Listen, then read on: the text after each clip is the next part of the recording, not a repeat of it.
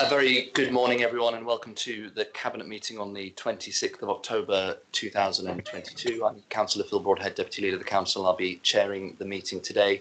Very warm welcome to all those present, all those joining us otherwise in the room and also online as well. You're all very welcome. I'll move straight into the agenda. First of all, before we do that, I have some housekeeping, which Claire, are you going to read out? Thank you, Claire. Thank you. Please note that this meeting of the Cabinet is being recorded by the Council for live broadcast and will be published by the Council on its website for a minimum of 6 months. Please could everyone present follow these ground rules. Only speak when invited to by the Chairman. If accessing via Teams, always turn on your video function when invited to speak. Please use your microphones when speaking and please mute or turn off microphones when you are not talking. If you are accessing via Teams and would like to speak on an item, please indicate by utilising the raise your hand feature in the bar at the top of the Teams window. For those in the room, if the fire alarm sounds, please exit the building by way of the nearest signed fire exit route and make your way to the assembly point along Brady Road. Finally, please ensure that background noise is kept to a minimum and mobile phones and other devices are turned off or switched to a silent setting for the duration of the meeting. Thank you. Thank you very much, Claire. So we'll move on to item number 1, which is apologies. Very mindful that this Cabinet meeting has been held in half-term week, so we do have a few apologies, although I think a number are joining us online. Claire, could you take us through the apologies that you've had? Yes, we've received apologies for the meeting from Councillor Dunlop and from the Leader of the Council, Councillor Mellor. We've also got Councillor Nicola Breen and Councillor Bobby Dove joining us via Teams virtually. Thank you very much. Are there any other apologies that we're aware of? Great. And thank you to those that are available to join virtually for doing so as well. And we do need to look a little bit more at the meetings to make sure it doesn't clash with half term when people are invariably away. But I think ever was it thus. Excuse me, Chair. Yeah, sorry, apologies. Councillor Barron. Yeah, sorry, from Councillor Jude's butt. Thank you, Chairman. Thank you. I believe Jude has now joined us. Oh, okay. Yeah, apologies, Stephen. I should send my apologies to you, Councillor Barron, for not apologising that I'm actually going to be here, and I am here. Thank you, I accept your apologies, Councillor Butt. Thank you very much. Yeah, thank you, bless you. And further apologies for the number of apologies as well. So we just sorry.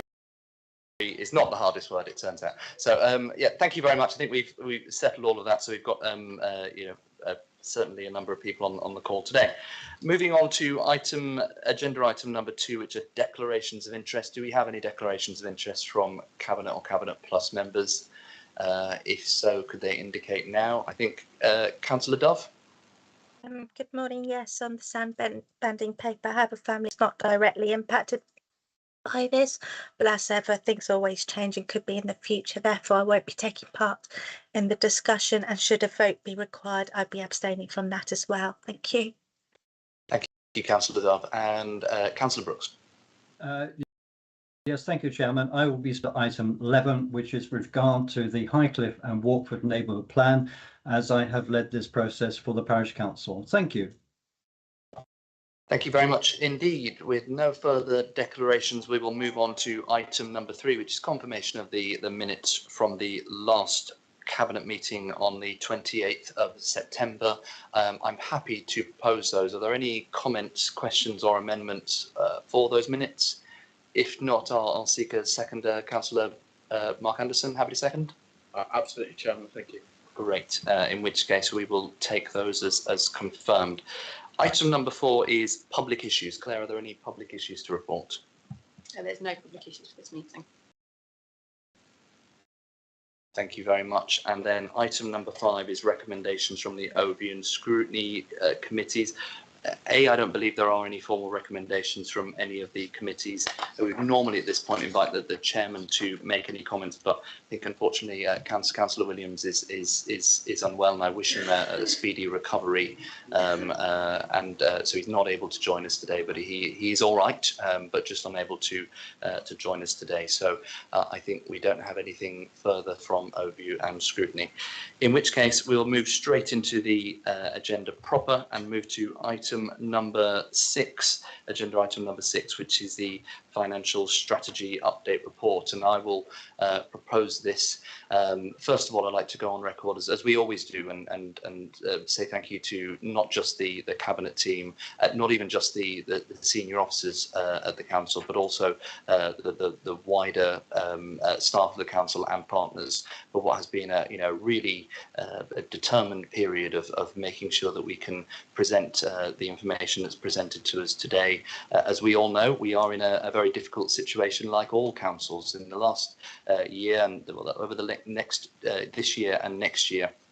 The war in Ukraine has increased the inflationary environment, the cost of living pressures that we all are aware of, to the tune of about 55 million of extra cost to this council over this year and next year that were just simply not even on our radar back in February. That has caused added additional pressures on top of the long-term MTFP gap that we always have, and therefore we've made a really determined effort over the last couple of months to make sure that we get a grip on that we deal with those challenges head on, and we can demonstrate that we can present a balanced budget, not just for this year, facing those pressures in year, but also for next year as well. What this report does is update that financial position, represents all of the hard work that has been going on through the council to demonstrate that we are now expected to not only we found a way to balance the books this year, but also to bring forward a surplus of at least 7.8 million, which enables us to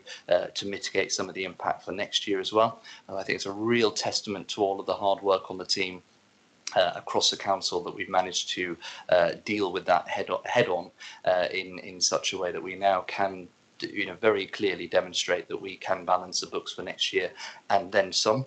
To put it into context, I think all local authorities are in the same, if not worse position. I talk to similar sized unitary colleagues around the country who are facing at least the same, if not deeper pressures than us. And actually, I think in many ways we've got ahead of this and tackled this head on earlier than many other local authorities.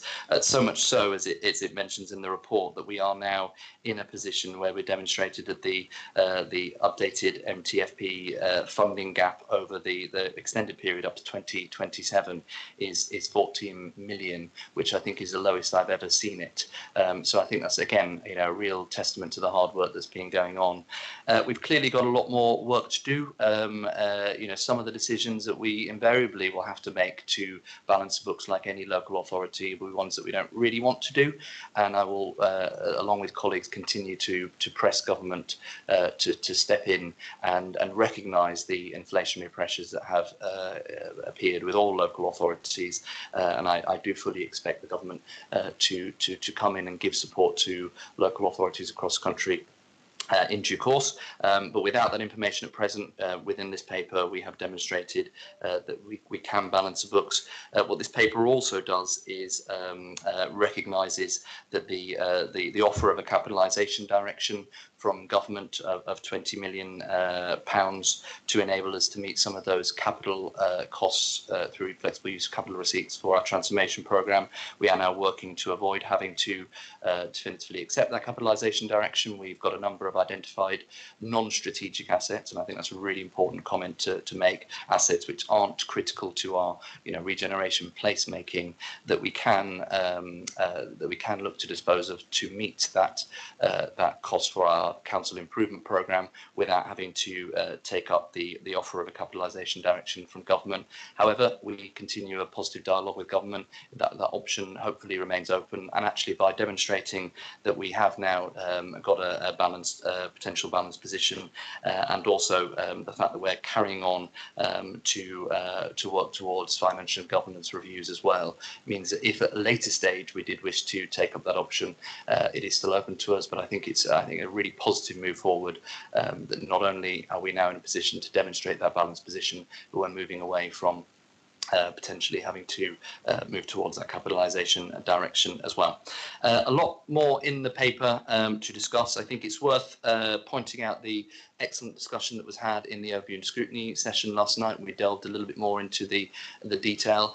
I think it's also worth saying that this is in many other ways as well business as usual. Anybody that has been involved in local authorities for years know that as part of the year's normal budget setting cycle, we start early, we start in the summer, do rough rough cuts of how we're going to present that balanced budget, and then the detail then comes in as we make the final decisions on exactly how we're going to cut the cloth ready for the budget in February. So there will be more detail to come, both as it becomes clear what extra support we may get from government, what within those options that we decide to take forward. And again, it was good to hear the leader yesterday commit once again to that budget cafe process that we have to bring all members along on that journey when we provide more definition on exactly some of the decisions that we'll have to take as part of that process. So happy to propose this paper. We have a number of recommendations in front of us, acknowledging the materially improved financial position, which now produces a surplus. Acknowledges that the balanced budget and its deliverability as normal will now be tested as part of the next phase of that process. And again, we'll be inviting scrutiny to work with us hand in hand as we move to that next stage, and also to consider whether we actually do need to progress towards a capitalisation direction. I'm feeling growing confidence that that won't be necessary because of all the hard work that we put in. And again, final point to underline, we're not an outlier in this. In many ways, talking to colleagues across country, we are in a materially better position than most local authorities, both because we've started this process early and because of the work that we've done, and because of, frankly, the efficiencies of bringing the councils together. I've never been sat in a meeting at this stage where we have an MTFP funding gap position, a long-term funding gap position, as low as 14 million. I think that's a real accolade and something that hasn't been seen before, and is really only possible due to the transformation journey that we've been on and the graph that everyone has put in to get us to that position. So that's my introduction. I will seek a seconder. I think Councillor White, are you happy to second? Yeah, very happy to second this, Mr. Chairman. Thank you. Thank you very much indeed. In which case, what I will do now is invite councillors that are not on the Cabinet to ask any questions. I'll take those in turn. I'll then move back as per the standard procedure to colleagues within Cabinet Plus for any additional questions or comments, and then move from there. The first hand up is Councillor Hadley. Andy, very welcome. Thank you, Chair. Get the camera on. Yes, the officers are to be commended for all their work to pull the position back. Councillor Mellor claims to have pulled a rabbit out of the hat and not to need the £76 million loan that he asked government for. But it has, of course, attracted their attention for the wrong reasons, and we will still be subject to their strong scrutiny. Having told us for months he doesn't want to sell assets and back projected that position onto the UA, he's now pushing to sell assets. These may be non-strategic, as you've just said, but they are revenue generating, and they were bought using borrowed money. So it's a double whammy. We lose the future revenue, which will have to be made up from elsewhere, both from council tax and higher charges. And it's a really bad time to sell. We will be saddled with the ongoing debt and very likely stuck in a negative equity situation in selling these assets now. This is a fire sale of the worst kind. But the squeeze on finances is also a big problem. If I can, I'll give you 3 schemes to illustrate this. One is the Oakdale Adult Education Centre, the old school that's intended to become 54 extra care flats. The residents and the ward councillors had a meeting with the officers about it, and we're really keen that a community facility is reinstated. Not just a residents' lounge opened under sufferance, but a decent room and a cafe opening onto the park. The architects have apparently not yet been employed. Why? Because of the freeze on expenditure. So that project is stalled, it's not moving forward. The second is the Poole Museum project. There was a plan to keep some museum presence on the quay, reducing the stock needing to go to archive, keeping continuity of the cultural offer and the tourist information and the shop that bring income into the council. I now hear that that's cancelled from the programme because it needed revenue spend, which of course was frozen out. The third is around use of SIL monies, and it's a general point, but I've been working on a specific project around trying to get the floodlights for tennis in Poole Park. It's another income generator for the council because it extends the use of that facility and for people paying fees. It's running a year late because of our staffing capacity. Apparently many other SIL projects are also stuck for the same reason and in a worse position. But in the next breath, the officer, having cited the staff shortages, told us that she's leaving the organisation. There are real impacts to the freeze on all expenditure. Distrusting our senior staff is corrosive. To have the Chief Financial Officer and leader scrutinise every item of expenditure is dreadful micromanagement.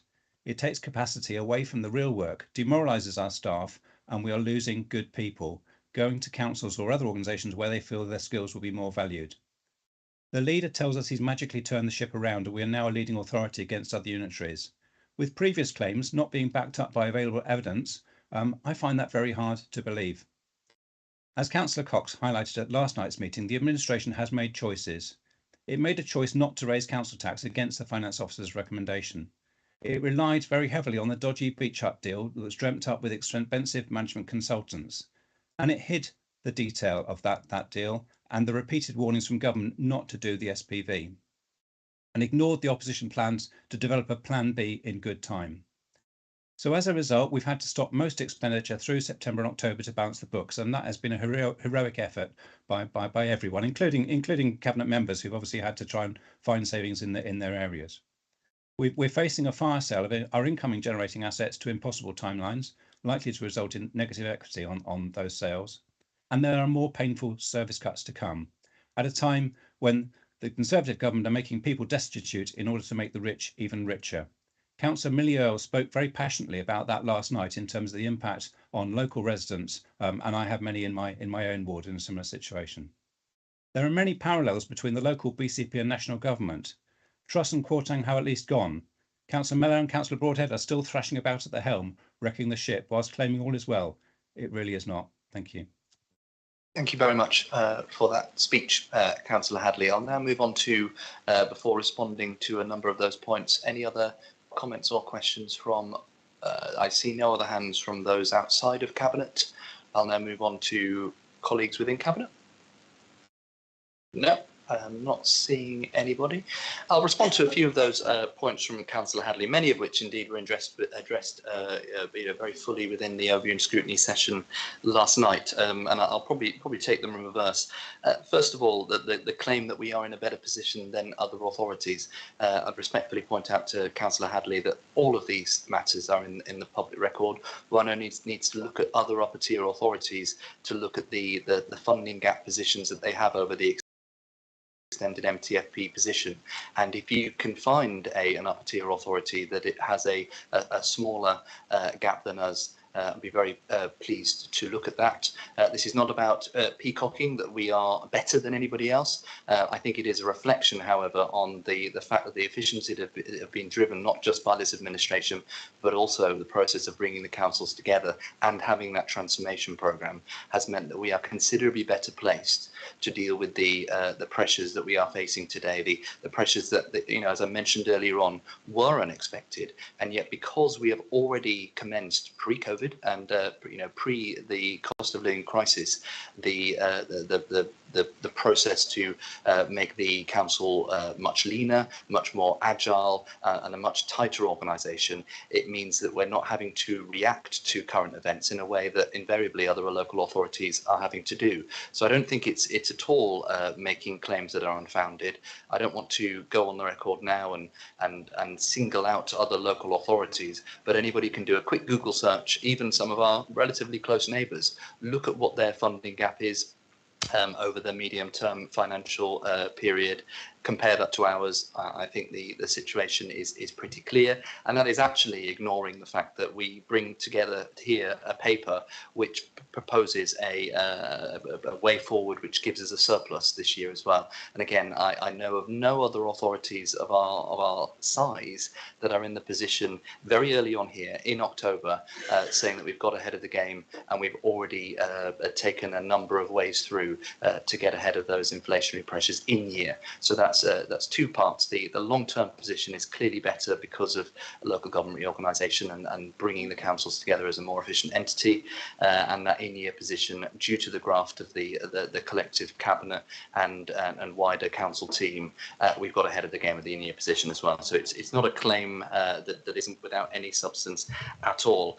Without verging in too much to the below-the-line parts of this paper, which details some of the assets that we might well be looking into a disposal. I would politely challenge the assumption that there's any negative equity involved in any of the assets that we're considering, particularly within the next year. A number of the assets that we are considering absolutely are income generating assets, and that has been taken into consideration when we're looking at them. So any income that we would have got has been taken out of the the spreadsheet, as it were. So it's not anything that we're not aware of, and that has been taken in the round. But to make the claim that there's any negative equity going on, I think is actually just not true at this stage, and is probably a little fantastical to generate a headline. I won't actually apologise, as the leader didn't apologise last night, for making the effort not to try and sell assets in order to fund our transformation programme. It is in our view, something that council shouldn't have to do. If you have a determined, a costed, a deliverable transformation programme, it is unfortunate to have to sell any assets, which is a bit short-termism, in order to pay for those savings which are going to be going forward in perpetuity. And that is precisely why, particularly with the relationships we have with previous secretaries of state, we were coming forward with a way that we did not have to sell those assets. Now, the world has changed. We have evolved. We are now progressing with a series of very limited asset disposals because we were not able to progress with that. But A, I don't think we should apologise for trying not to. And B, I would again respectfully point out that the assets that we're now considering for disposal are nowhere near the quantum or scale that the previous administration was doing as well. The final point I would make is about the freeze in expenditure. As part of this process, we are looking at revenue. Revenue is the cash that councils have is where all local authorities are struggling, and it's absolutely right to test and tease and to make sure that we're squeezing all of the efficiencies out of the system, that we have that leadership position of looking at any expenditure and just making sure it's right before we go ahead. Doesn't mean anything has been cancelled at all. It just means that we just need that final sign off before anything going forward. And as we've demonstrated a clearer financial position, although we're keeping that in place, we can now start to look at things much more in the round. However, it doesn't impact on our capital programme, except where there are revenue implications. And actually, I think many of the aspirations we have over the capital programme, our council house delivery programme and things like that, as you pointed out, Councillor Hadley, will bring in long-term income into the council as well. So although we've been very cautious in this period, I don't think there's any suggestion that we're suspending our aspirations whatsoever. I will take away your point about the floodlights at Poole Park. My personal view is if there are things moving forward which are capital that are revenue generating, of course we should be looking at them. We've had a period where we've had to put all hands on deck in order to make sure we can get the finances under control. But as we move forward from them, we really should be making sure that all of those really important parts are not lost in the woodwork as well. So thank you for your comments. I respectfully disagree with a number of them. And again, I think back to that comparison with other local authorities, it's not about preening, but again, I would point out that to be sat here in the current environment of having £55 million of additional pressures over the last 6 months alone, to be presenting a medium-term MTFP funding gap as low as £14 million for an authority this side is, I think, something that we should be proud of. Councillor Green. Thank you very much. And I think, Dr. Leader, you've been able to show that the revisionist view that has come from Councillor Hadley is clearly wrong in so many ways. So I won't concentrate on that. But one point that I would like to pick up on is the suggestion that it is incorrect that in the situation we're in at the moment, that the that the Section 151 officer and the leader of the council should be looking carefully at all items of expenditure.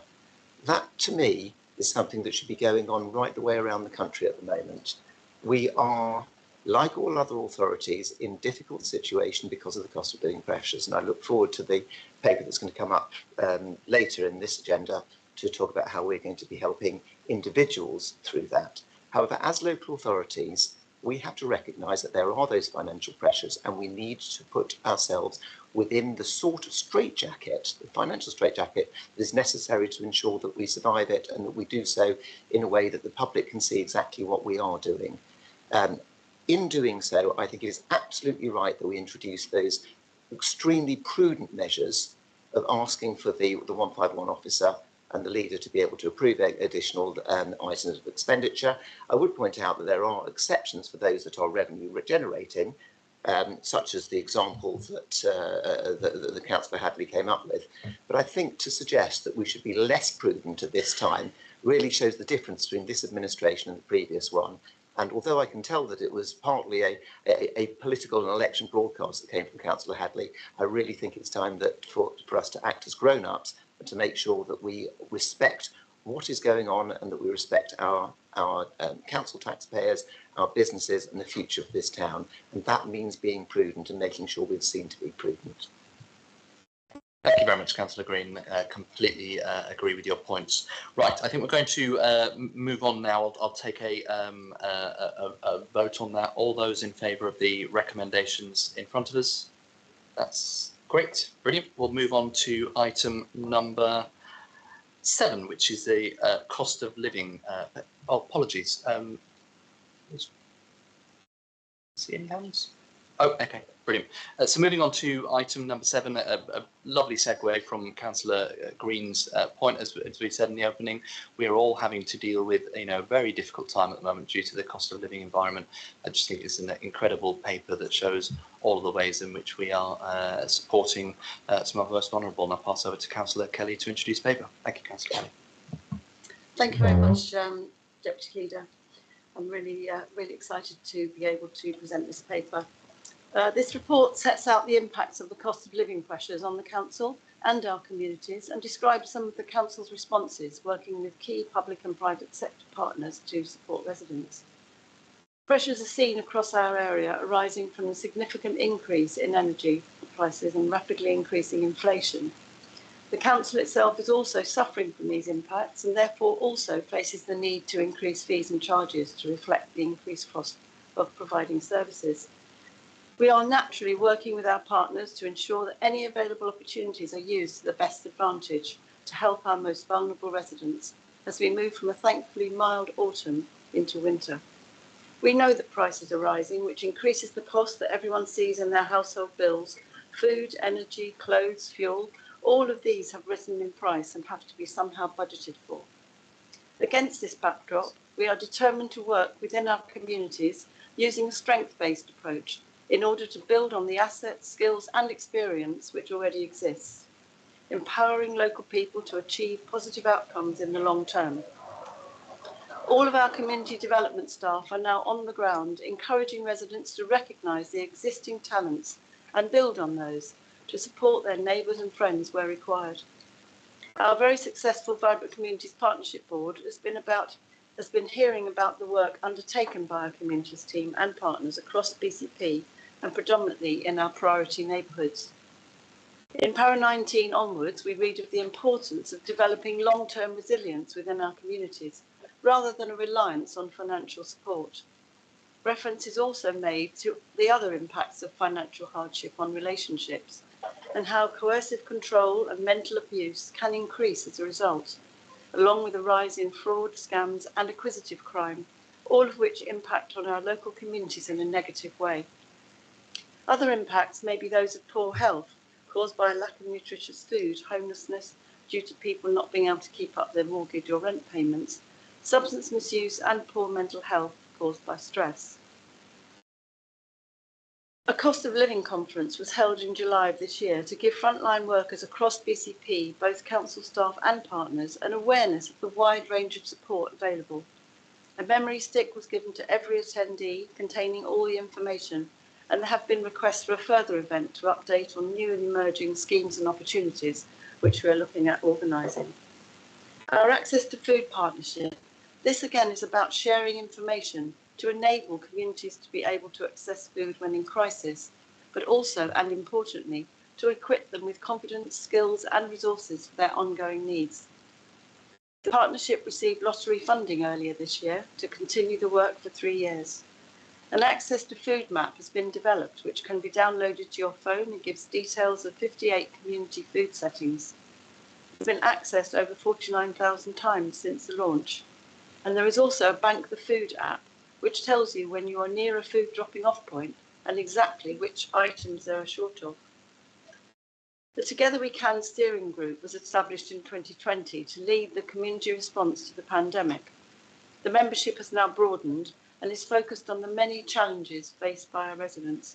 I chair that group, and our different work streams, as shown in paragraph 36 of your paper, are having great success in ensuring that knowledge is shared and used.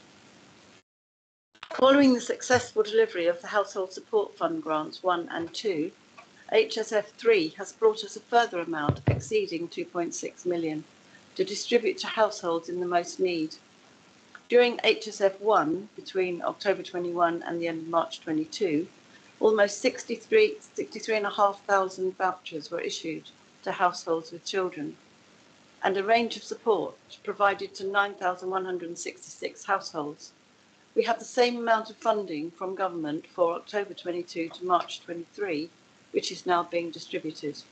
It should be mentioned here that the Citizens Advice and Dorset Community Foundation have been excellent partners in the delivery of parts of this fund with their huge network of clients and knowledge of communities. Dorset and Wiltshire Fire and Rescue Service undertake the Safe and Well visits, as well as the Safe and Independent Living Scheme, to help people live independently and safely in their own homes.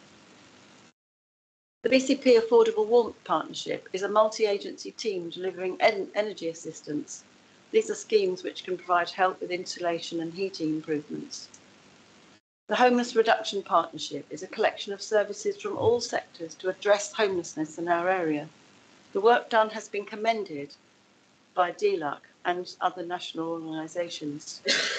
It does focus on prevention and so provides targeted information about financial issues and a recognition of impending homelessness and therefore early intervention. Working with landlords and other housing providers is very much part of the work of this partnership. Citizens Advice are well known to us all for their work supporting our residents in need of financial and other advice. It's been calculated that the economic and social value of this advice in the BCP area can be many millions of pounds per annum. Citizens Advice are also instrumental in helping deliver some of the HSF payments. Our Procurement, IT and Revenues and Benefits Department have worked really hard to ensure that the approximately 140,000 eligible residents received the £150 council tax rebate on time. This was a huge piece of work, and those members of staff deserve our gratitude. The Cost of Living Working Group has been set up, and they're working with registered housing providers and BCP Homes to understand the impact on rising prices on our residents and looking at all the ways that we can assist and enable, some of which are detailed in paragraph 53 and include warm welcome spaces, lunch clubs, food growing groups, and also linking any providers with surplus food. We have also detailed in this paper initiatives and support for our staff members who may well also be impacted by the increase in cost of living. Discussions are also underway regarding staff salaries and benefits. We are looking at how we can increase the council income from fees and charges to ensure that there is full cost recovery for providing particular services. The target for the increase is 10% across the board, thereby equaling our current inflation rate, to be implemented early next year. I commend this paper to the board, and thank you, Clement. Thank you, Councillor Kelly. I'm really happy to second this paper, which I think is a brilliant summary, if you like, of all of the different ways that we're protecting our most vulnerable during this period. You've highlighted a number of those in your introduction, but there are, of course, even more detail within there. And I would urge anybody that is finding themselves in a difficult position to look through that paper and to reach out. There's so many different ways to engage that we're supporting people through this very difficult time. I'd also make a gentle plea to the local press as well. I mean, they're obviously clearly very good at updating people on what's going on locally. A lot of it good, a lot of it bad, not so much of it good. And I think there's a lot in there that would be beneficial for the local press to cover as well. So I'd make an open plea to the press now. Councillor Kelly, I'm sure you'd be happy to sit down with them, as I would, and maybe do a feature on all of the support that is available to local people during this time, because there'll be many people very worried about the period coming up, many people not knowing where to turn to, and I think it's quite gratifying to see all of the work that's going in to protect those that are going to be struggling during this period, and to have some comfort that we've got their back, and that there are a number of different ways that we'll be able to help over what will inevitably, because of the war, a very difficult winter indeed. I think it's also worth pointing out within this paper that the council, of course, is a victim of that inflationary environment as well. We bring in, obviously we've got a number of ways in which we spend money and which we collect income as well, and that has been hit by inflation as well. So within this paper, we're being proactive about that, recognising that, like any business would have to do, as costs go up, invariably we have to put prices up in line with inflation, and some principles within this paper of making sure that we've got that full cost recovery of all of the things that we do as well. So obviously prices rising in line with inflation, which is, I think pretty standard, but also making sure that we're not subsidising anything, because as we provide all this support to people over this difficult time, it makes it even worse if we are essentially, due to not keeping up with inflation, subsidising some of the things that takes money away from that support for those that are in very difficult times at the moment. So I think we need to be honest about that. It will mean that the costs of any council services are going up in line with inflation, and I think all pegged to the actual cost of the delivery of that service. But I think that's the right thing to do in this time, and coupled with all of the work that we're doing to protect the most vulnerable, I think is just a very sensible move to make sure that we're prudent and financially secure in this environment as well. So brilliant work that's going on, and again, reopen that plea to the press. We're more than happy to sit down and do maybe a series of articles about all of the ways that are available to people during this period, to make sure that people are aware of all the avenues of support that are there for them. I will first of all move to questions or comments from those outside of Cabinet on this item. I'm not seeing any hands up at present, so I'll move to the wider Cabinet, and at this point I'll bring in Councillor Hazel. Hazel. Thank you, Chair. I commend this excellent paper. I'd like to thank Councillor Kelly and also all the officers. I think this is an excellent piece of work, and as I know, working in the area of homelessness, early intervention is really important, and I'm delighted that the council at the forefront of bringing forward support and interventions, but also getting that information out there. And there's a lot of people working within the homelessness collaborative to bring that information forward. And I'd just like to reiterate what you've said. I think that the local press should be trying to support us in getting those messages out there, because the earlier that families can reach out and access support, the less likely they are to find themselves in a position where they're facing homelessness. So I would just want to say thank you for all the excellent work. Thank you, Councillor, and thank you again to your work, particularly on the homelessness agenda as well. There's some real positive moves in that arena at a very difficult time, and it's great that we continue to get national recognition for some of the work that you and your team are doing in that area as well. We're really moving mountains there. Councillor Judy Butt. Hi, Jude. Thank you, Mr. Chairman. Yes, we have 76 councillors, and we're all jointly and severally responsible, and also we're all very reliable in our work for making sure that we deliver regularly, and we deliver on time, on message, and especially with regard to this budget. I absolutely agree with asking our excellent press, who give us coverage on many things.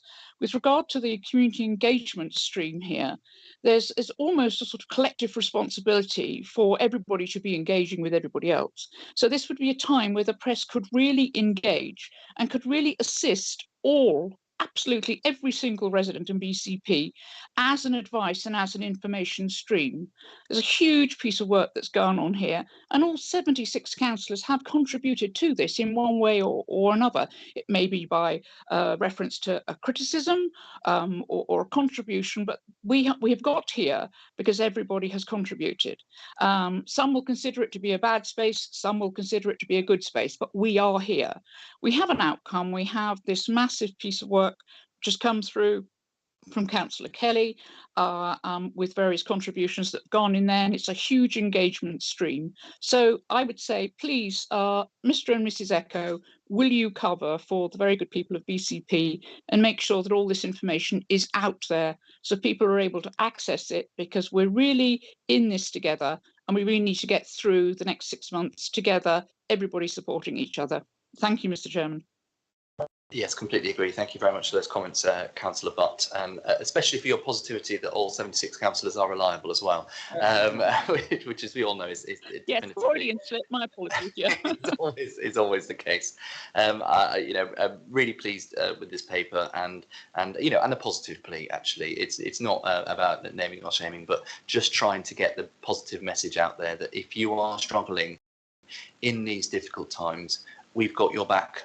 We're here with partner organisations and a whole host of different ways to support people during this period. And we're just really keen that there's as much information out there to direct people, to signpost them to those avenues of support. So thank you to all of the comments. Colleagues, we have this paper for decision. So I would, Councillor. Yes, Karen, yes, no problem at all. Karen. Thank you, Chair. I just want to sort of echo Colleen's comments in saying that this is a really excellent paper, and particular thanks to Councillor Kelly for her drive on this and her support.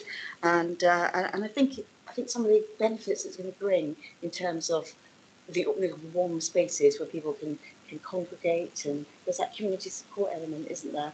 And I would just make a plea that, as well as your very important point, that the press hopefully will be supportive, and I'm sure they will be, but can we make sure that all this information is also available at those places where people gather, whether it's a community fridge or whether it's a warm place, so that people can see what's out there, and we can make sure that everybody is supported and helped through these difficult times.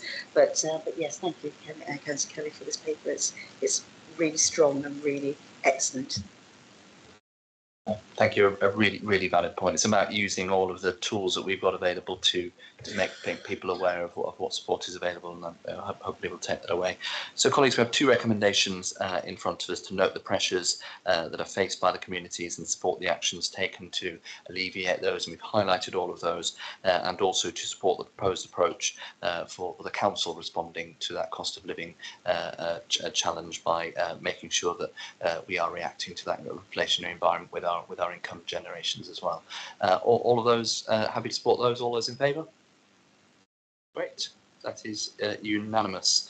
Thank you very much, and thank you to all the comments on that. Hopefully they will get to the right people. Colleagues, I'll move swiftly on to agenda item number 8, which is the Local Government and Social Care Ombudsman Annual Report 21-22 and Complaints Update. This is an annual report that we receive from the LGSCO, which looks at the number of inquiries, investigations and resolves complaints that is done for every authority in the previous financial year. I'll bring in Bridget Webber in a moment to do a very brief introduction, but I think the highlights are that in terms of number of complaints that the LGSCO is upheld is comparable to other authorities. We've got a little bit of work to do, making sure that we provide a satisfactory remedy to complaints before they reach that stage, but I know work's already undergoing on that, and there's also some comments about delays in receiving responses, which again is a kind of a pan-local government issue at the moment, but the paper also details the work that's been going on in there as well. So I will formally propose, and then if it's all right with you, Bridget, bring you in for any additional comments. Thank you, Bridget. Thank you, Chair. Good morning, everyone. I think you have summed up the paper. It is an annual report that we bring to Cabinet every year, and the learning this year is that we've had a high volume of complaints have gone to the Ombudsman compared to our comparator local authorities, but the uphold rate is similar. So there are some lessons for us in terms of how we respond to complaints and investigate them, because if our reports were a little bit fuller, then perhaps they wouldn't go on to investigation. So, we will learn from that, and we're already making improvements, particularly in the area of planning. We have improved our response rates, so we're proactively engaging with people as quickly as we can in terms of getting the information to the Ombudsman. There's no real reason for this. It's just simply pressures and capacity. But again, we are on that, and I've got a register, so I can see every day how we're doing and which ones are outstanding, and we don't have any outstanding at the time of me speaking to you today. In terms of organisational learning, I have a group of complaints officers across the council who I liaise with, and we will be doing more work with them just to share some of the common learning, which is not so much about the services that we provide, but more perhaps about the way that we engage with people when they make contact with us. But it's a report to note, and yeah, we are getting better.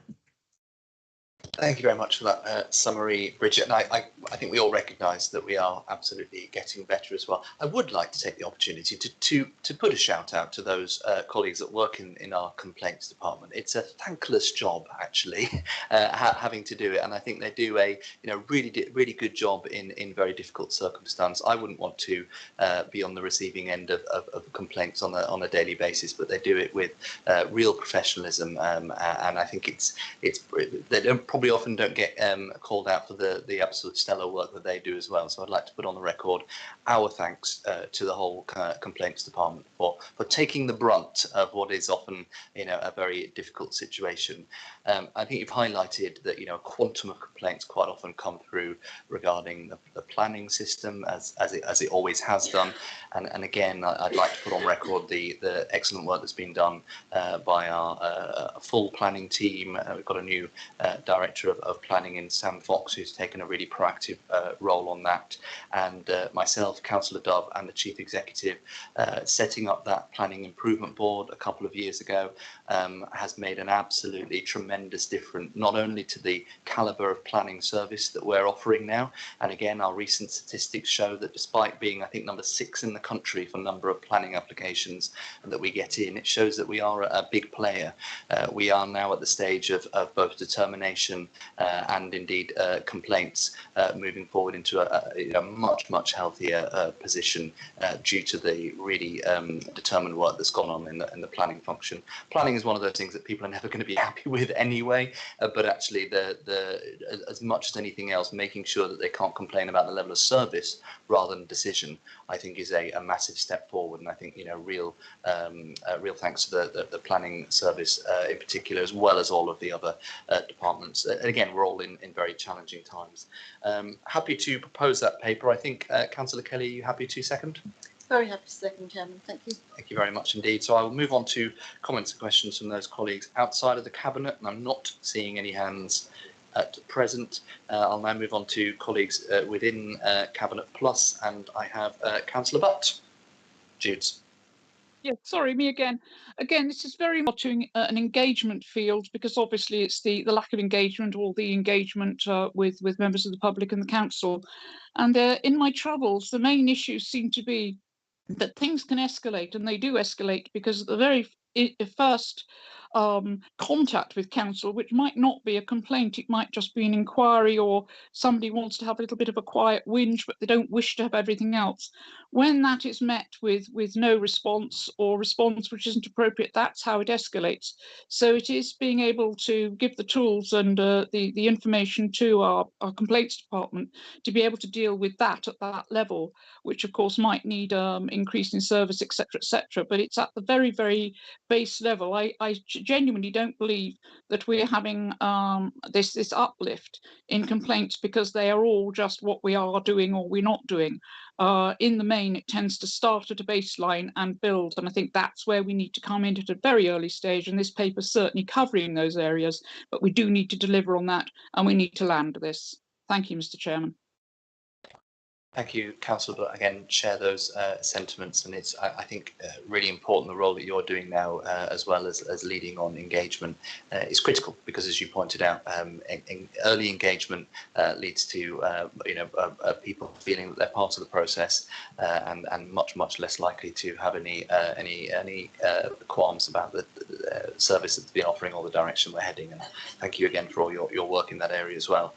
Colleagues, I'm not seeing any hands raised on this issue, so we have the paper in front of us, which is an item for decision to accept that. So I will ask for all those in favour. Thank you very much, and that is unanimous.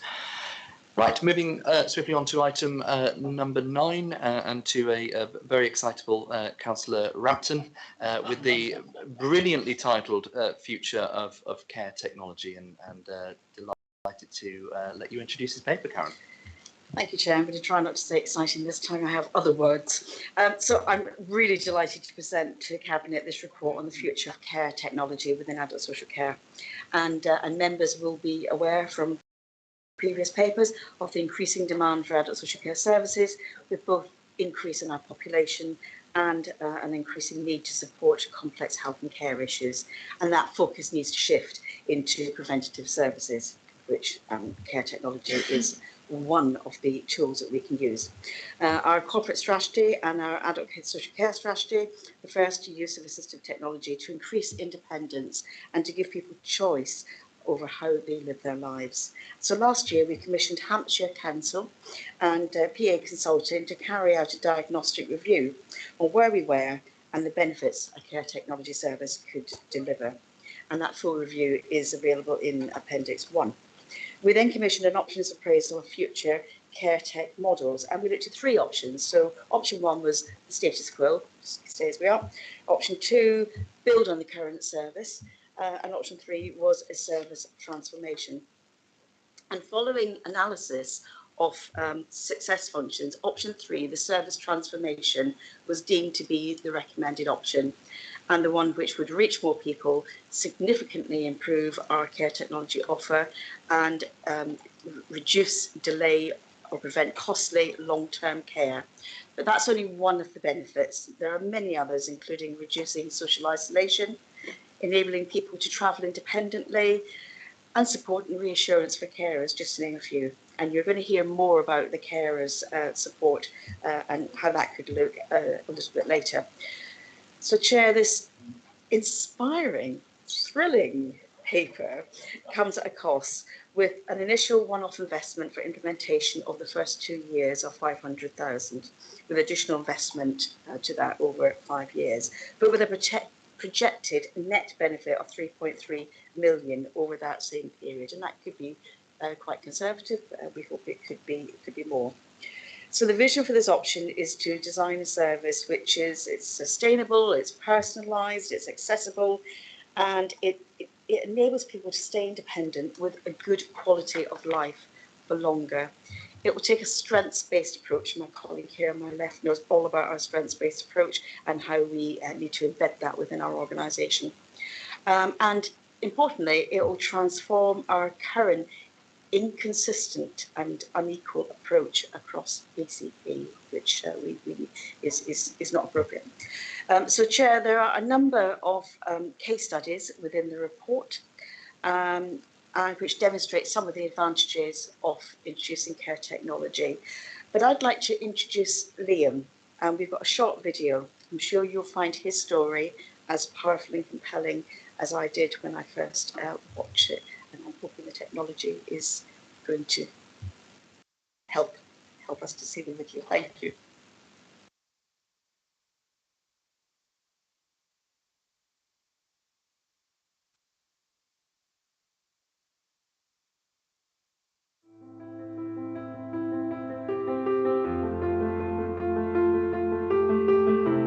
Well, Liam was born with what they call central alveolar hyperventilation syndrome, CCHS. So when he goes to sleep, he doesn't breathe. So you're reliant on a ventilator to keep him alive. On top of that, he also has full colonic Hirschsprung's disease, which means he lost a large part of his bowel and has to have an ileostomy. And then the third part was that he also had neuroblastoma, so he had childhood cancer. And on top of all of that, you also have issues related to the development of his brain, so he attends a special needs school. You're dealing with it day by day, 365 days a year, and we've done it now for 17 years. We've been involved with Hampshire County Council for about 18 months now under the My Life, My Way. It was quite clear that the basis of the My Life, My Way wasn't looking at a person as a disabled person anymore. They were saying, yes, they have disabilities, this is what we need to support the disability element, but on the other side, They have abilities and each one is unique. So you need to tailor the solution to the individual. As part of that, we were asked to trial the Argente range of equipment. We started with the installation of the monitor. Basically, it's a Wi-Fi connected monitor that allows you to move around freely throughout the house and still be able to see what's going on in Liam's room. It's a two-way audio, so you can hear what's going on in the room. So if he was on his machine, for example, and his ventilator started to alarm, you may not necessarily hear it throughout the house in the normal manner, but the fact that this thing's with you and the speaker's switched on, you would. If he's sat in his room, you can actually talk to him. Don't forget to take your drugs, Larry. With it being colour as well, one of the things with Liam is you look at his facial colouring and that gives you an indication of how he is. They also at the same time fitted the bed monitor, the idea being that should Liam be having a fit, his movement through the mattress to the control device would be sufficient to set the alarm off. And then on top of that, we then add the Oyster. You would call it a one-stop shop. Everything is in one little device and one button push brings a massive amount of assistance. We've now got to the point where we've been given something that enables us to do what we've been wanting to do for years, which is to allow Liam to have a level of independence on his own without us. Whereas everything before, everything we've ever done with him has had to involve us because we're the backup. Now, the Oyster's the backup, so that we can back off a bit, send him out with a carer, and like he's going out with his sister and brother bowling with his carer. Now that's the first time we've ever been able to do that and us to be detached from it all. So we're going to wonder what to do with those 6 hours on our own, whether we go for a coffee or not, because it's not something we get to do. Actually, when I look at these, you forget what you've gone through with him, really, because you're dealing in the here and now. But, you know, he's come a long way. You know, he loves his steam trains, he loves Lego. I've aged a bit, so has his dad, but I mean, you get on with it, you know. And he's still here having a laugh and enjoying his life. So, yeah, he's pretty special, I suppose, really.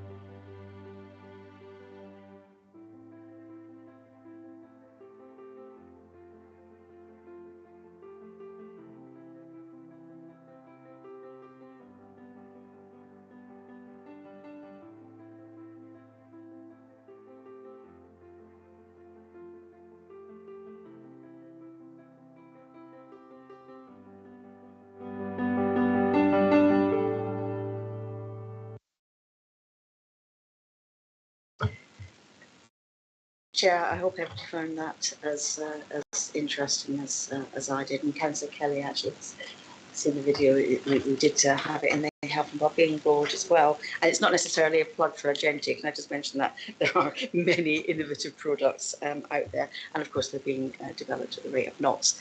So that's just one example of how it can be used. And there are many others. I'm going to Manchester next week to the Adult Social Care, Children and Adults Social Care Conference, and I'm hoping to pick up lots of information and lots of examples of the latest technology that I'd be delighted to bring back to a future cabinet. Thank you. Thank you very much, Councillor Rampton. A really just a beautiful story, actually, a beautifully positive story, and shows the real world impact on what this type of thing can do. So thank you so much for sharing that. Councillor Kelly, I believe you're seconding the paper. Yes, I'm absolutely delighted to second this paper. I think this is a really great example of investor save, and at the same time improving the lives of the recipients of this care and their families.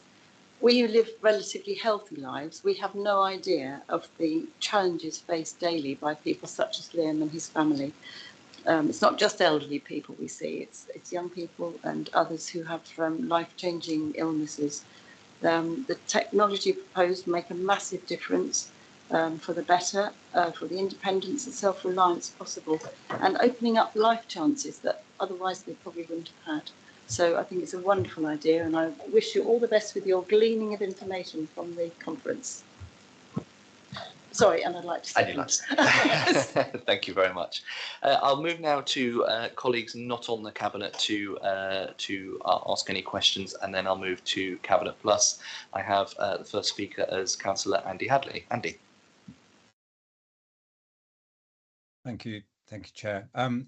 Yeah, I don't like to be the whole bigger of doom for every topic, and I think it's really important that we do move forward with this sort of technology. But I guess I've got a couple of questions, and I haven't tried to delve behind the paper into some of the detail of understanding exactly what the offer is beyond this spend. But for me, there's several things. One is in innovation. Sorry, I should say, to preface it, and the declaration of interest, I suppose, I used to work for the NHS, and some of the work that I did was around telehealth, telecare, and that sort of area. So I know the territory of this. One of the elements around innovation, and this is quite fast moving. It's quite fast moving partly because there's a lot of the technology is becoming the same as is used in the fitness and health in industry. So for monitoring and supporting people in their normal lives, and we need to lever that and try not to reinvent things that are becoming consumer products. If you have an app on your phone that works for everyone, then to be able to make sure that our staff are skilled and confident to use it is really important. I saw a video a while ago of a gentleman whose family thought it would be a really good idea to give him all sorts of tech to support him in his care, and it was things like a device in his walking stick so they knew how far he'd walked. And he gave it to one of the local lads with a couple of beers to say, could you just take my walking stick for a walk? And found all sorts of ways to get around the technology. So I think we need to be really careful that we are working with families, with people, to ensure that they are willing and keen recipients, as in that film. And I think it's great for that family, the independence it gave the parents actually to get a bit of their time back, which is really important, looking after the carers.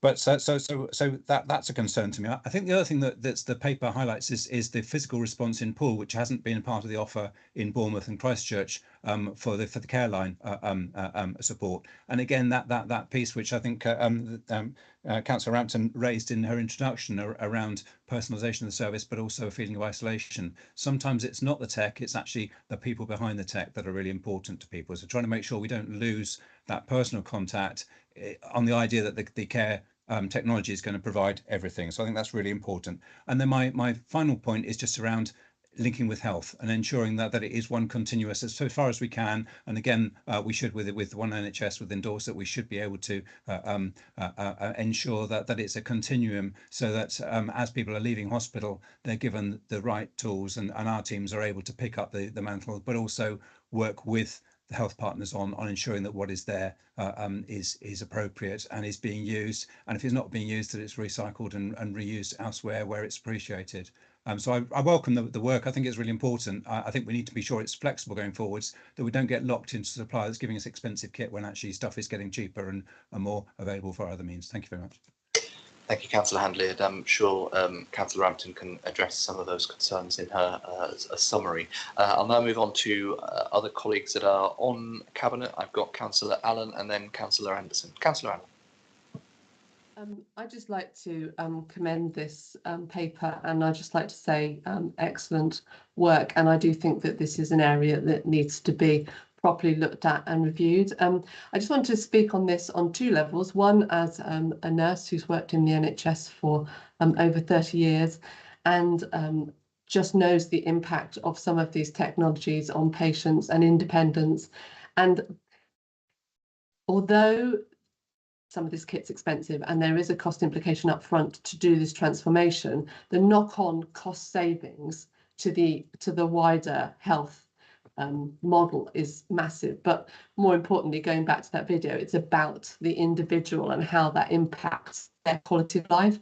And my mum recently sadly passed away, and she had vascular dementia, and she lived in Dorset under Dorset Council, and we got some excellent technology within her home that allowed her to stay at home for a lot longer and gave her independence but dignity. So I do think, I just want to reiterate that I think this is excellent, and I think this is a really important piece of work. Thank you. Thank you very much, Councillor Allen. Councillor Anderson.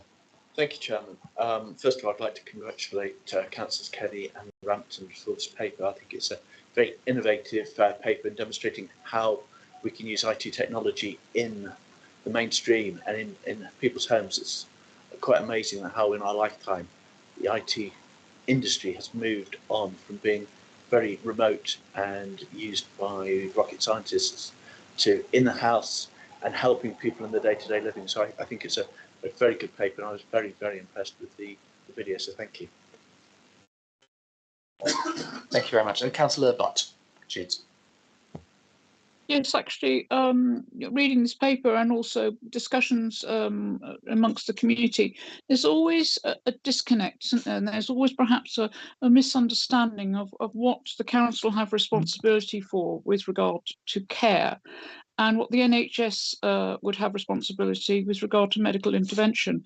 Now, I can see where there may be some confusion here as to a medical intervention for this lovely young man who obviously needs that to sustain life, and also the care element of that.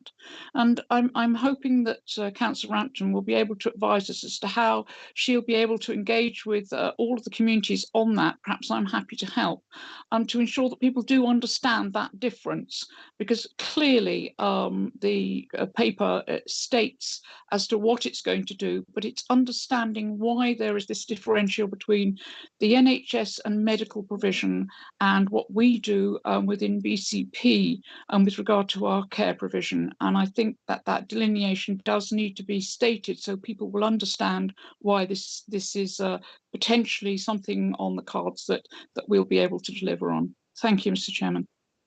Yes, thank you, Councillor Butt. I'm not seeing any other hands, so I'll pass back to Councillor Rampton, who I'm sure has even more adjectives to sum up. Thank you.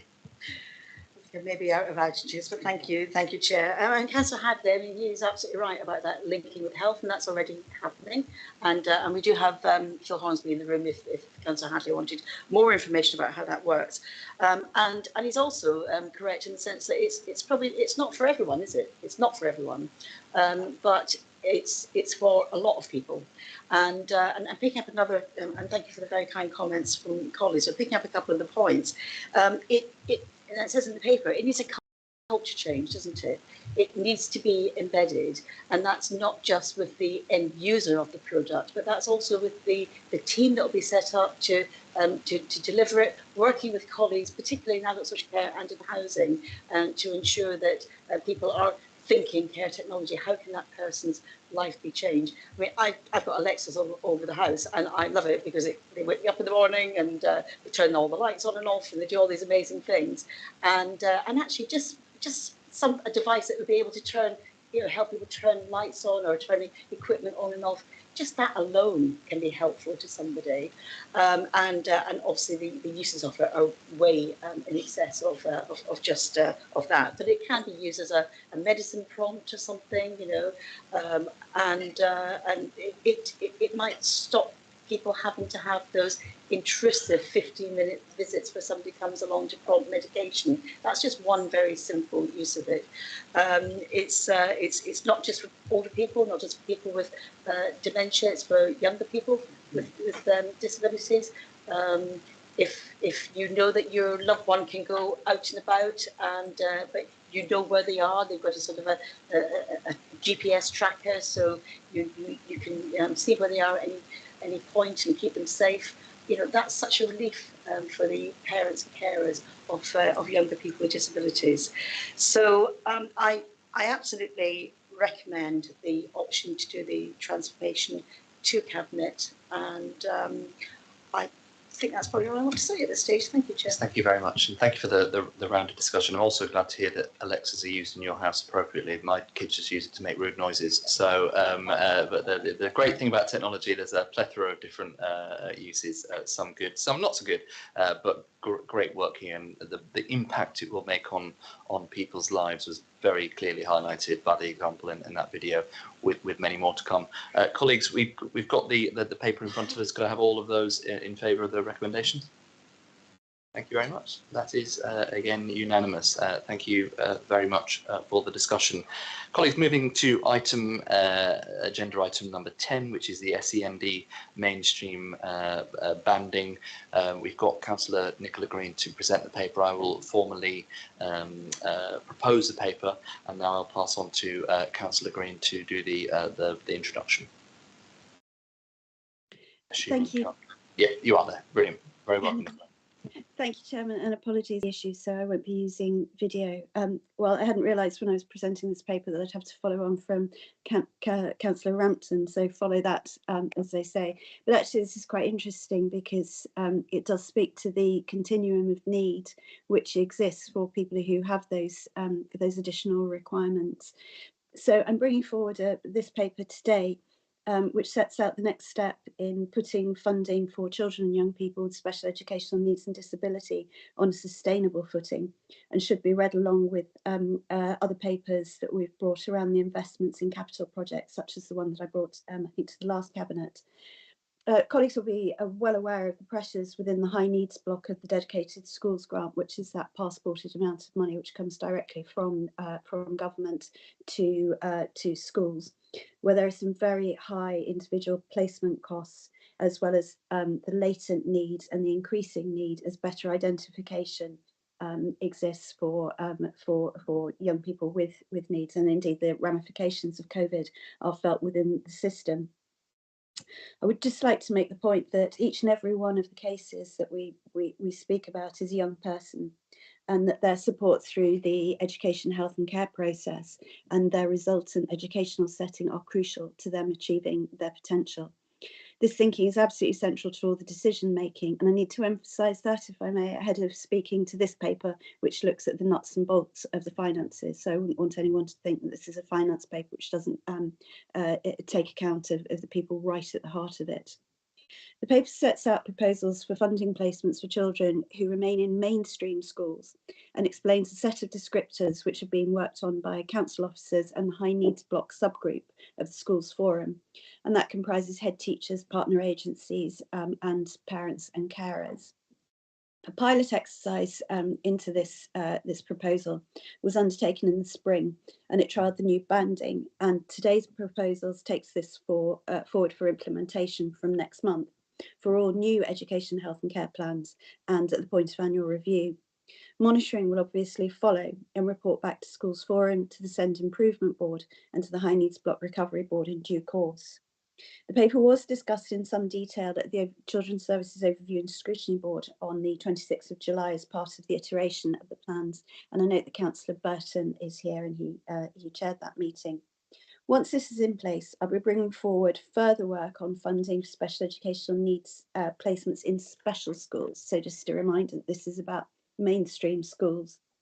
As you'll know, BCP aren't alone in experiencing these pressures, and we're working very closely with the support from the Department for Education to address some of the issues raised. And again, just a reminder of the ambition which we have, which underpins this in terms of our inclusion strategy and the SEND improvement work more generally. We want to ensure that BCP is an inclusive place for children and young people with SEND.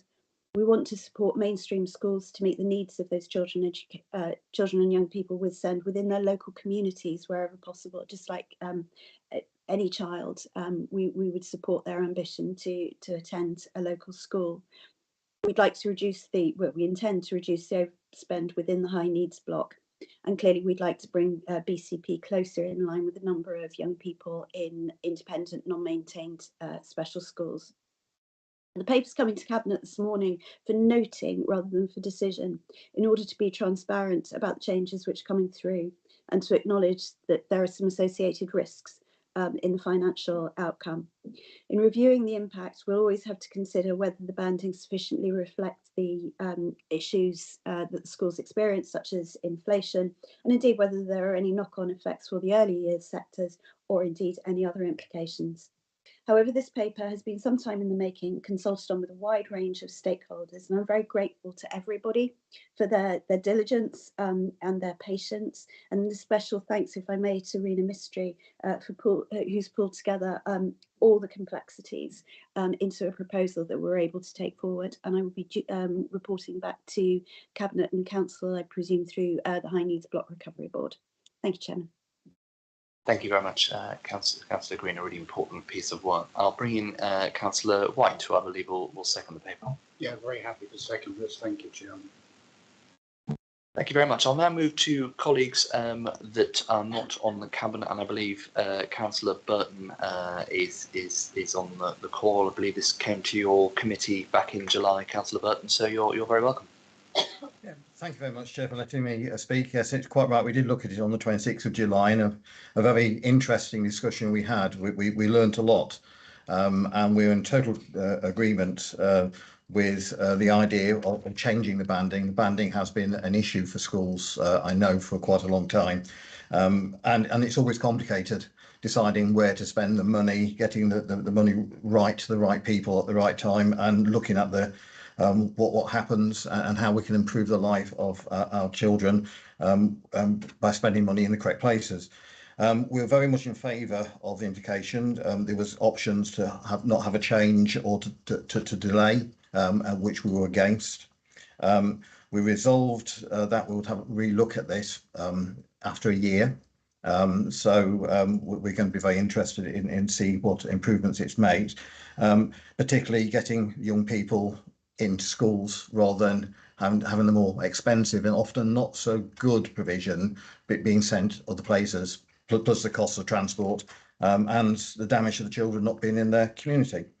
One question I do have, we looked at the three possibilities of the new banding, and we felt at the time that option 2 seemed to be the best option, and that seemed to be supported by the portfolio holder and the officers present. And that's what we voted on at the end of the meeting to recommend.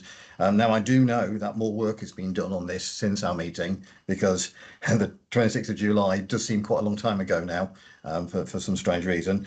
So I'll be very interested to know why the change from option 2, which on your is on paragraph 18 on this paper, it's on paragraph 17 on our paper, why option 1 has been gone for rather than option 2. Thank you, Chair. Thank you very much, and thank you again to your committee for considering that. I'll now move to colleagues that are on Cabinet Plus for any additional comments or questions. Nope. Okay, in which case, any final points to raise, Councillor Green? Yes, thank you, Chairman, and thank you to Councillor Burton for the work that his panel did. As I recall, this may have had something to do with the affordability, but as I've said, this is not a decision for Cabinet to be taking, and therefore I think the best thing I can do is look into the minutes of the Schools Forum and report back that way. For how that decision was arrived at, and forward that on to Councillor Burton, and look forward to further very constructive engagement with the Overview and Scrutiny Board. Thank you very much, Councillor Green. In which case, we'll move to the recommendation, which is to note the increase in funding values of pupils with HCP plans as contained in the report, following that consultation with stakeholders, and to commence the adoption of the new banding values from November 2022. Could I have all of those in favour of that recommendation? Again, that's unanimous. Thank you very much indeed. We'll now move on to the next item on the Cabinet paper, which is agenda item 11, which is the Highcliffe and Walkford neighbourhood plan. I'll be introducing this paper, and I know Councillor Brooks has a few things to say on the matter, considering he wears two hats, both as the ward councillor for BCP and also a parish councillor as well. As many know, the neighbourhood plans are a tool that give the local people the opportunity to put that shared vision together for their neighbourhood, shape the development and growth in the local area. Our job as BCP Council is to help the areas facilitate those neighbourhood plans, to work with them, to shape them, to then oversee the process for that coming back for an independent examination, which is now complete. And I know there's been a tremendous amount of work that's gone on into this process, both locally within the community in Highcliffe and Walkford, but also within the planning team, to assure that that obviously it ticks all of the boxes in terms of what it's got to do to become adopted planning policy. And then our job here today is to accept the findings of the independent examiner's report and the recommendations, to approve any decision statement list modifications which have been agreed with those that have been putting forward the plan, to approve the plan, and then to agree for it to proceed through to referendum on the 15th of December 2022.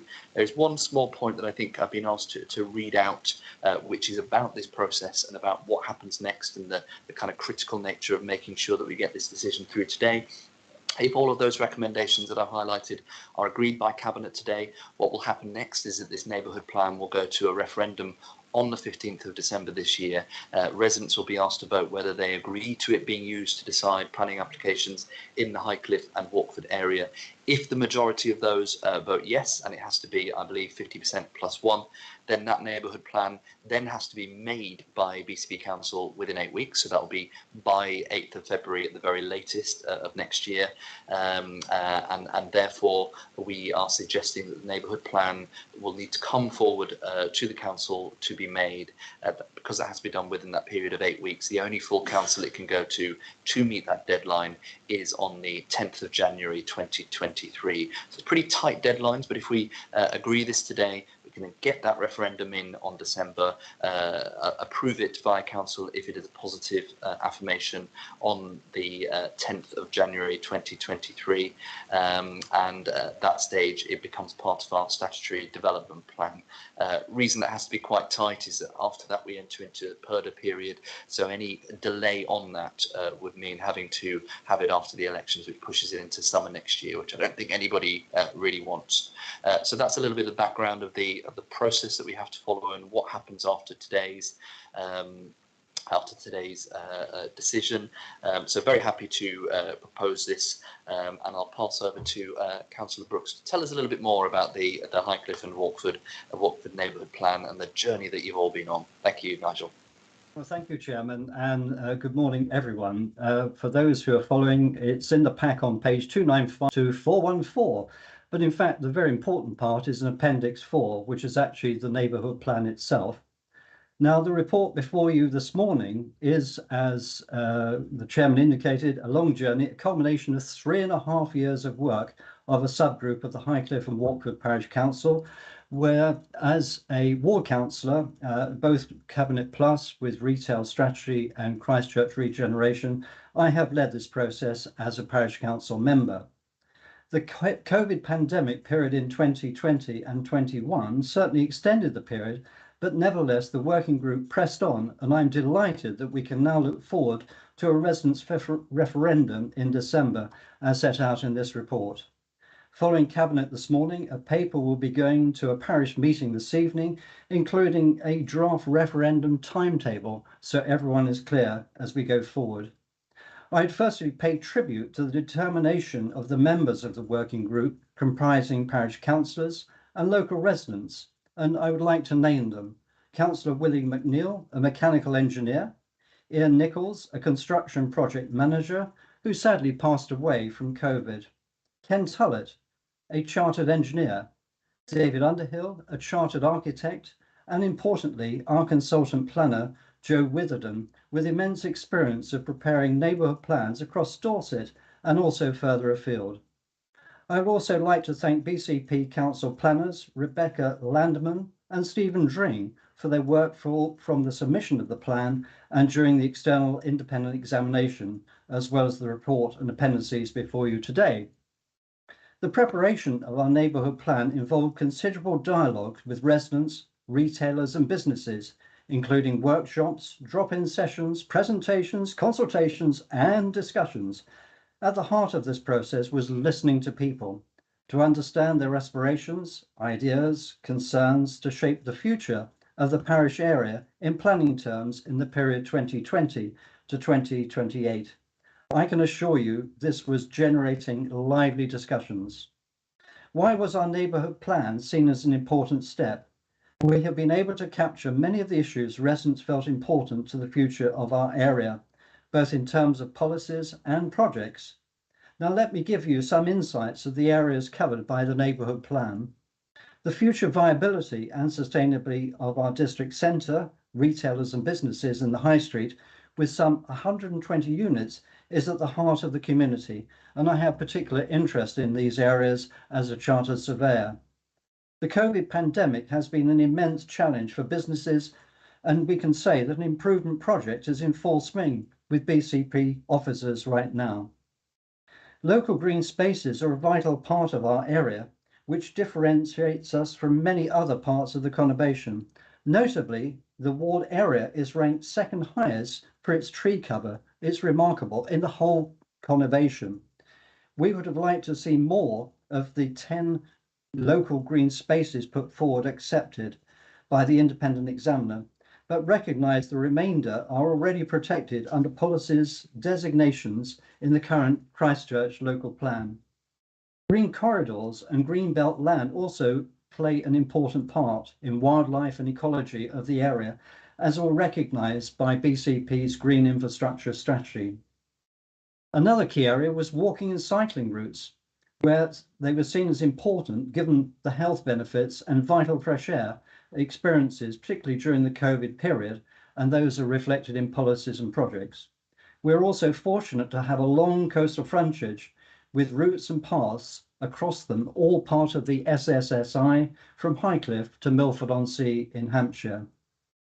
The perennial problem of on-street parking congestion has been recognised, particularly in areas where ageing housing stock has been not allowed for adequate off-street parking, as well as new infill developments in these areas.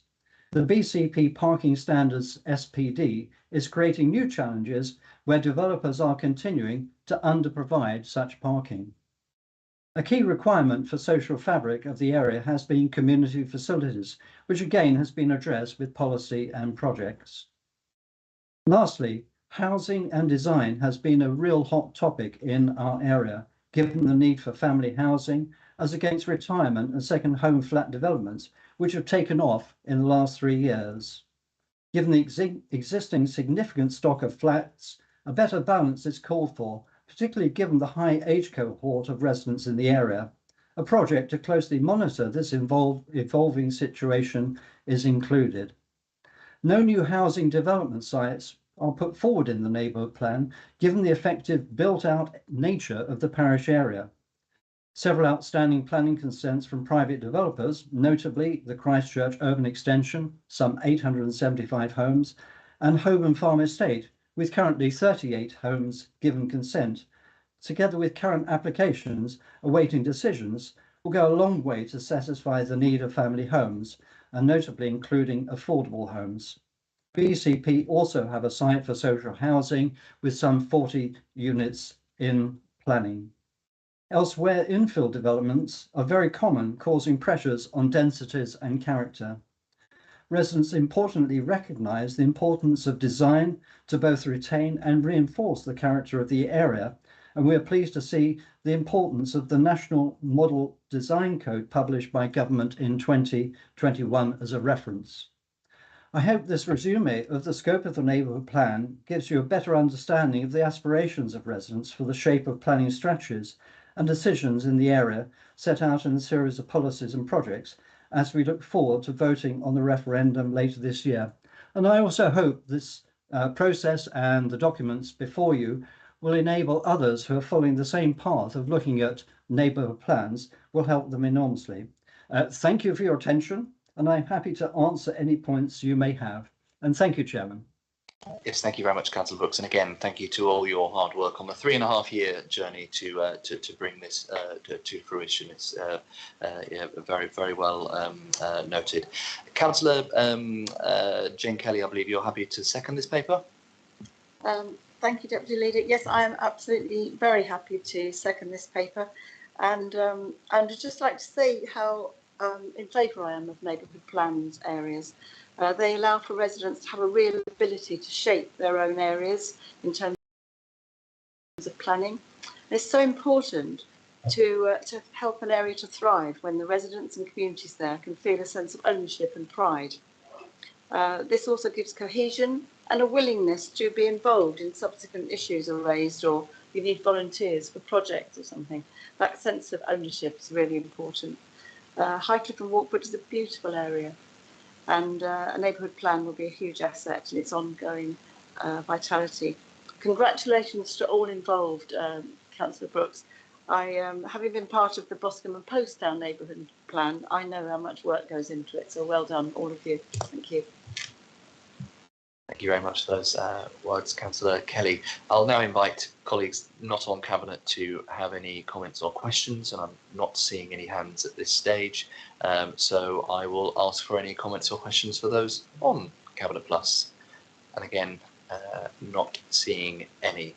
In which case, I thank Councillor Brooks for his really detailed analysis on what's gone on there, and Councillor Kelly for her support.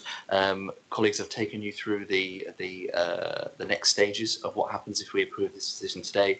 So in light of all of that, we have a number of recommendations ahead of us. Are we all happy to agree to those recommendations? All those in favour? Thank you, and that is cleanly unanimous. Thank you very much indeed, and thank you to all the work that's gone on that endeavour.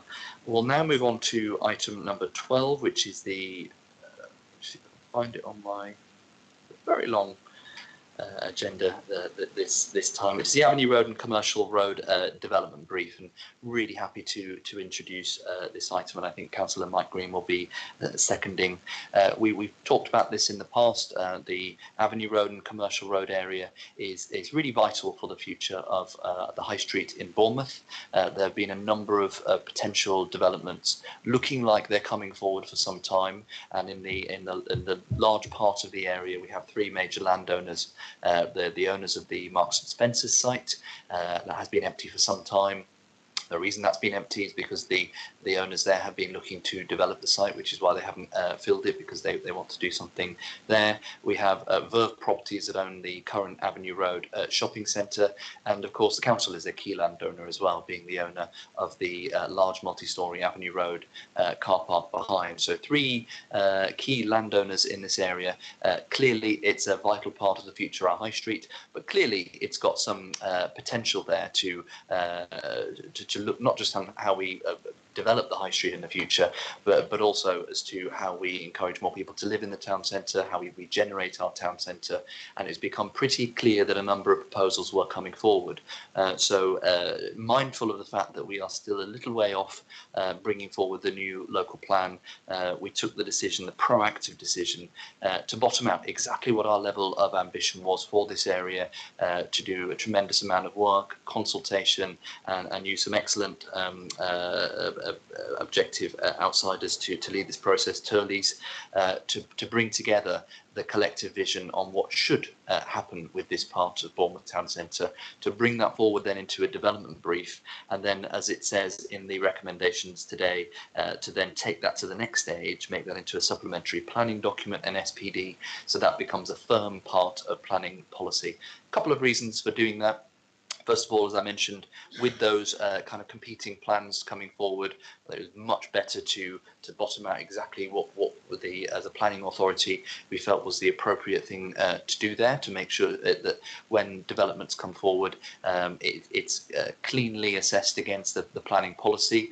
We have the world's moved on tremendously since the last planning policy was done in this area, so it's clearly out of date. So this gives a really up-to-date steer on what can and should go there. And secondly, mindful of that investment that is really really welcome in that area to help that investment move forward. The clearer we can be with what our planning policy is for some of our areas which are garnering significant investment, the easier the process is. And I think that this turning this particularly into an NPD will make that ride much easier than it might have been with anybody bringing proposals against very, very out-of-date planning policy. Colleagues, we've got the actual development brief in front of us. The recommendation in there is to go with, I think what's called kind of what a certain minister would call gentle densification.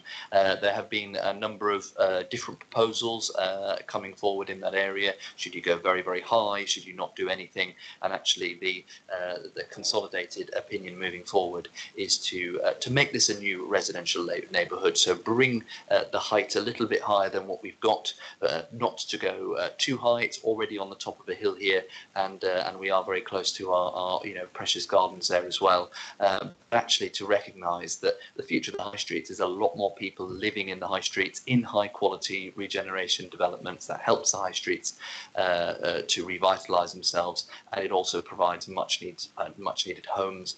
And incidentally, the mid-rise option that is proposed within this development brief, which we'll hope to take into an SPD, actually brings in more homes than the other options that were considered as part of that process. However, I think what's really critical, and what I've been really clear on the record on before, is that whilst it's great that more people are going to be living in our town centres, this is on Commercial Road. This is an absolutely critical part of the fabric of our retail offering on Bournemouth High Street. And what I'm really pleased to see with these proposals do, and we've talked about this before, is to not just assure that retail offering is embedded in the plans for the future, but actually to enhance it.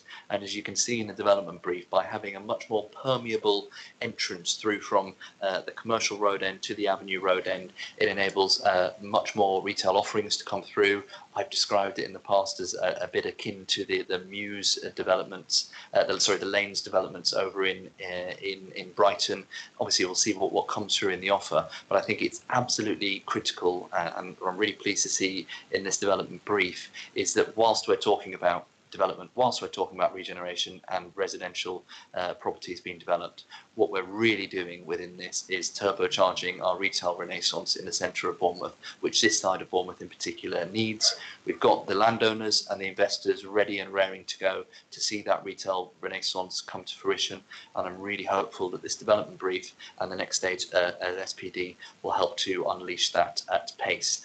Colleagues, I've got one minor change to the recommendation which I'd like to propose. In recommendation B2, I would like to add a few additional words. So it currently says develop the contents into the development brief into a draft supplementary planning document. We've still got a little bit more work to do about that process and about any amendments. So I would like to add the following words, which say, following further consideration of process required and views of stakeholders. I think that's the right thing to do, and it enables the kind of collective view to feed their way into that final policy document. And then finally, under B number 3, to insert words before that to say subject to completion of that number 2, so that way we can make sure that order is correct. Doesn't change the quality or the direction within this paper, but it does enable us that in between that period of development brief and SPD, if there are any minor changes that need to be made, particularly about boundaries and things like that, that we can incorporate them, because actually making sure that we can assure this delivery into the future is as important as developing the vision. That's my introduction. Been working on this for years, so really pleased to see this coming forward. And I know from speaking to the major landowners there that they're biting at the bit, ready to see that regeneration of Bournemouth Town Centre get going. I sincerely hope that this helps pave the way, not just for this regeneration, but also that promised retail renaissance. Councillor Green, I believe you wish to second. Yeah, thank you very much, Chairman. This is exactly what this area that's part of the town centre requires, and as we've seen the various stages of this planning brief coming forward, it's just got better and better. There have been all sorts of predictions of disaster for this area when Marks and Spencer's closed, when Debenhams closed. In fact, going back many years, when Bielson's closed, we were told that this would be the end of it, and yet it has continued to to thrive, but it still hasn't reached its potential by any means. It is a fairly compact area, even including the Avenue Road car park site that the council owns. And yet it has a significant amount of diversity already within the retail offer, but also surrounding with the residential side. And for an area this central to be, you can see if you just look on the main map that at least a quarter of it is taken up by a single car park. That just makes very little sense at all when we're looking at the potential for it. I said we've been looking at this brief as it has come through, and as you suggested, Mr. Chairman, there have been various different options, including high rise, including mid rise, including low rise, and the mid rise certainly seems very much from a planning perspective, but also from a resident perspective, to tick all the right boxes. If we were to be looking at particularly tall buildings there, it would become really quite lopsided and start to encroach upon the gardens. A more sensible sensible approach is what is suggested here, and I think that there are some real advantages in how few landowners there are for at least 2/3 of this. Just 3 landowners, ourselves, the Marks and Spencers, and Third Properties, all of whom are looking to improve the area and to make it work better for everybody's advantage. And the one thing that I would particularly urge on this is that while they only make up 2/3 of the area, those 3, let's not hold ourselves back in waiting for that last third, which, as you can see on the maps, has a plethora of smaller units with different owners. I believe that those will come on board and will benefit as the major part of the site, those three blocks are taken forward. To bring residential into this part of the town will help to regenerate it. At the same time, it will support the renaissance of retail, which is exactly as the chairman has been saying. I am very keen that this becomes an SPD as soon as possible. I do recognise that we need to go through all of the hoops that are necessary to bring it there and to ensure that it's robust. But I'm fully supportive of this. I think it would be great for the town centre, great for the Triangle. It would be great for the gateway into the West Cliff and beyond as well. And I hope that it will progress as soon as possible. Thank you. Thank you, Councillor Green, and thank you for your support. Colleagues, I'll move on to colleagues that are not on Cabinet, and I'm not seeing any hands raised, in which case I'll move to Cabinet Plus now, and I'll bring in Councillor Allen. Hazel. I'd just like to thank Councillor Mike Green, my ward colleague for Bournemouth Central Ward, for the work that they've done on this. And I'd just like to say that we do need to press forward, and I'm glad that we're leading the way on finding innovative ways to bring our high streets back up. I think that the combination of good quality housing, because we do need to increase the housing options, but also to bring back retail to that area is excellent. And I just wanted to commend the paper. Thank you. Thank you very much, Councillor Allen. Seeing no other comments or questions from colleagues, so colleagues, we've got the number of recommendations in front of us. I'd share Councillor Green's eagerness for this SPD to progress as soon as possible, particularly the fact that we've got people and investors there keen to do it, and as particularly keen within my briefing cabinet to unleash that retail renaissance as quickly as possible. So with that, we've got the recommendations. Could I have all of those in favour of the revised recommendations as I set out earlier on? Great, that's unanimous. Thank you very much indeed. Right, nearly there, girls and boys. We're now moving on to item number 13, which is urgent decisions taken by the Chief Executive in accordance with the Constitution, of which I believe there are none. No, just double checking, triple checking. We do that deliberately, Chief Executive, to keep you on your toes. One day we'll do it and not tell you that you've done one, and then in which case we'll move to item number 14. The latest version of the forward plan has now been published, a copy of which has been circulated as a supplement to this agenda, and I'll be all happy to approve that forward plan. Agreed? Yes. I'll take that as agreed. In which case, we'll move on to item number 15, which is a Children's Services pay review. Because of the nature of this, we're now going to have to go below the line. So I'll just read out the following statement: that under section 100A4 of the Local Government Act 1972, the public be excluded from the meeting for the following items of business on the grounds that they may invoke the likely disclosure of exempt information as defined in paragraph 3 in part 1 of the Schedule 12A of the Act, and that the public interest in withholding the information outweighs such interest in disclosing the information. I'm happy to propose that for this item we follow that recommendation and go below the line. Could I seek a seconder? Yeah, Councillor Green. In which case, well, apologies. I just wanted to make a request that John Coffin, the DFE advisor, could stay on with your permission. So I just wanted to check that was appropriate. Colleagues, are we happy to let the Department for Education advisor remain in part of the below the line session? I think we're all agreeable to that, Chief Executive. Thank you very much. In which case, we will now go below the line. So for those of us that have been joining on the meeting, we'll now go below to the session that you won't see. I don't believe we'll be coming back above the line after. So for those of you that have been joining us online today, or indeed watching afterwards, thank you for bearing with us. It's been a packed agenda today of a lot of, I think, hopefully very interesting stuff, and you're very welcome, and thank you very much for taking part.